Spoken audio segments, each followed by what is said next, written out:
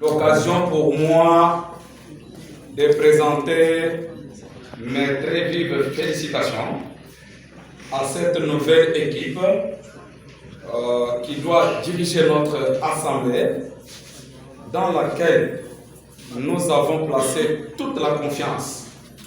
Je pense que vous ne serez pas seuls, vous avez droit à notre accompagnement. Félicitations encore une fois de plus, parce que vous avez mérité notre confiance. Merci.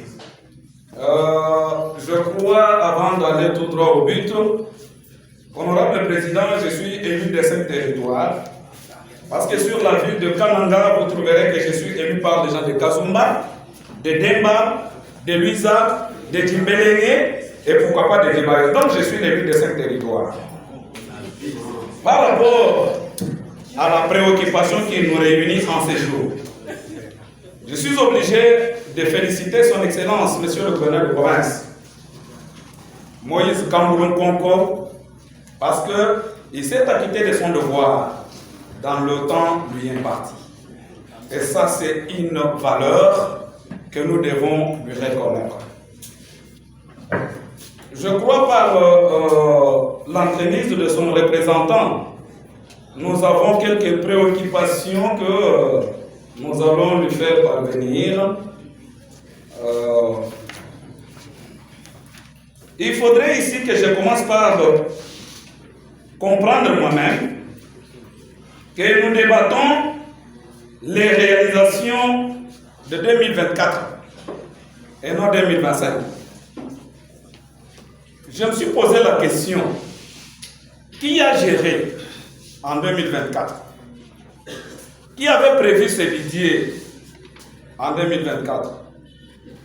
J'ai compris qu'il n'y avait pas eu dépôt de budget parce que c'était la période électorale, comme le ministre l'a dit. Mais néanmoins, le budget est exécuté par son Excellence Moïse Kamboulou Konko Mohamed. Parce que nul ne peut ignorer ici que nous avons commencé à bien siéger au mois de mars.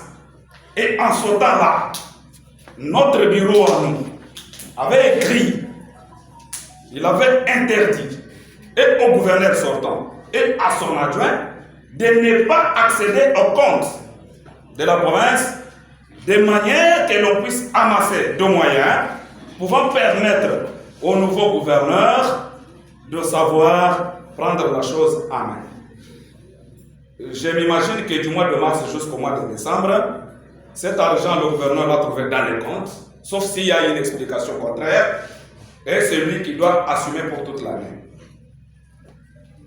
J'ai quelques préoccupations, honorable président, honorable membre du bureau, très chers collègues. J'ai 5 préoccupations tout simplement.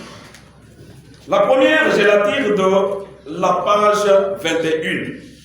Je vous prie de lire avec moi la page 21 et vous allez comprendre mon sérieux.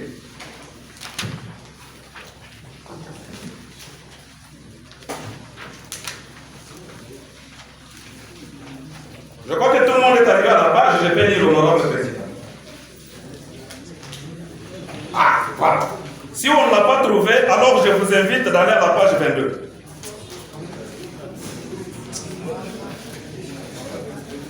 Si elle n'est pas non plus, nous allons à la page 23 où j'ai trouvé la partie de la matière. Je me dis, mais cette partie, quelle est son en-tête, honorable président? Je n'ai pas su comment exploiter ça. 3 pages. Je me dis, mais finalement, on va exploiter. Ou soit il y a eu une légèreté dans le traitement de ces affaires. Ça, c'est le premier constat amer que j'ai eu à faire. Il n'y avait pas moyen que je dise que ces pages manquent, il fallait qu'on exploite ensemble. Ma deuxième préoccupation, honorable président. Je suis à la page 7.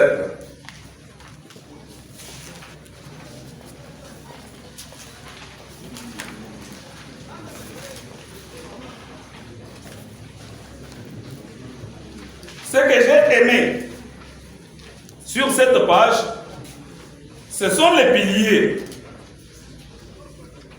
qui ont constitué la charpente, la matrice de la vision du gouvernement. Le gouvernement a hérité ce passif qui a été réparti en 10 piliers. Je suis intéressé par le 7e pilier de l'éducation, tout comme aussi le 3e pilier. Honorable Président, honorable membre du bureau, ces piliers m'ont intéressé. Pourquoi? Je suis élu de la ville de Caen, où tous les collègues siègent, où le gouverneur lui-même se retrouve. Mais je préfère que le représentant de son Excellence, Monsieur le gouverneur, me cite une seule réalisation avec les budgets de la province. Une seule, je dis bien une seule réalisation avec les budgets de la province sur le plan des infrastructures comme le plan de l'éducation. Une seule réalisation me suffit. Je ne vais pas parler de beaucoup. Parce que ici, l'argent était là. L'argent était là. On n'a pas manqué de moyens, mais je ne comprends pas. Je suis étouffé par des questions de mes électeurs. Comment je peux répondre à ça? Je préfère que le représentant du gouverneur nous en donne cette réalisation. Quand on arrive à la page 10,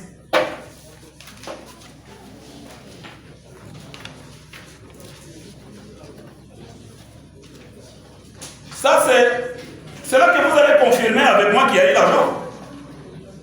Parce que dans le premier tableau, il est dit sur 358 milliards 320 millions 805 637 francs congolais, notre province a encaissé 268 milliards 596 francs, et quoi 596 000 millions, je m'excuse, 2 milliards 268 milliards 596 millions 350 081 francs.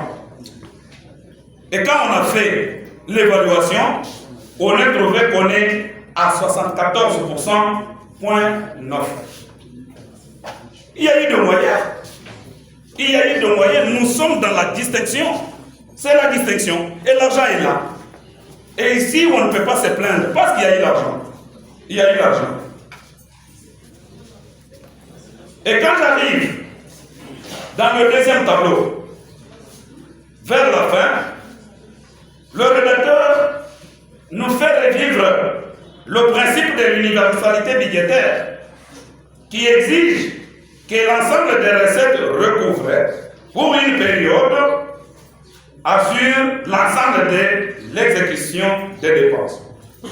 Au cours de l'exercice budgétaire 2024, les recettes totales réalisées et les dépenses totales exécutées sont de l'ordre de 268 milliards 596 millions 350 081 francs contre cette prévision.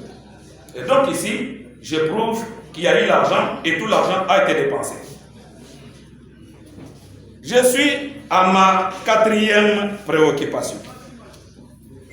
La 4e préoccupation, je la retrouve à la page 23.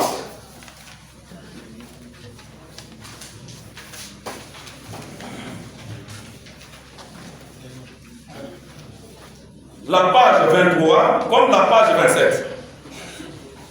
Ici, honorable président, honorable membre du bureau, très chers collègues, je retrouve les dépenses qui étaient prévues pour la charge du personnel sont inférieures à la dépense exécutée réellement par rapport à cette charge.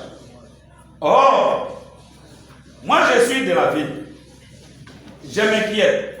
Il y a le personnel des cabinets des excellences, monsieur le ministre, ne sont pas payés. Nous-mêmes, les députés, nos invisibles sont rares. Mais comment ces dépassements Ce dépassement a servi à quoi?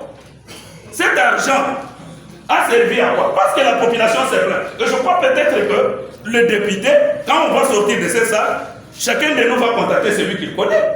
Il lui dira qu'il y a des alliés. Mais il y a eu un dépassement dans cette charge. Ça a servi à quoi? Je voudrais un peu avoir la réponse par rapport à cette préoccupation. Pour finir, ma dernière préoccupation, j'ai l'appui non seulement de la page 10 déjà citée, mais aussi de la page 74 et 75.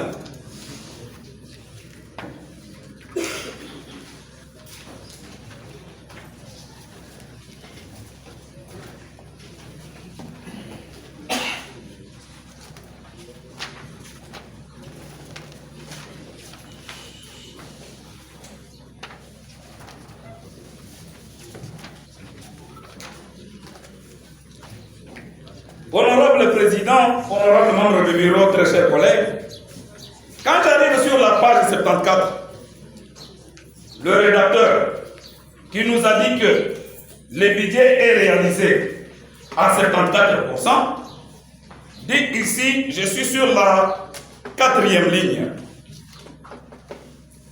la page 74.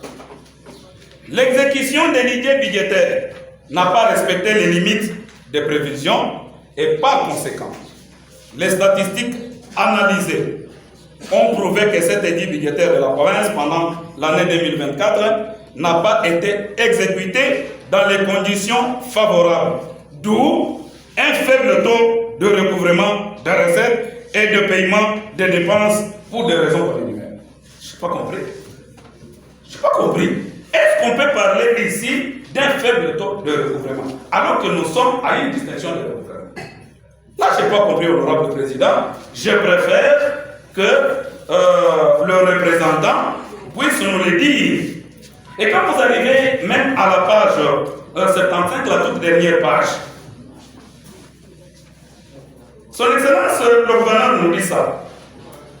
Ces budgets, je suis dans le deuxième paragraphe, page 75. Ces budgets exécutés avaient inscrit 102 actes générateurs de recettes qui relèvent de la compétence exclusive de la province du Kassa central. Les statistiques de leur réalisation renseignent ce qui suit.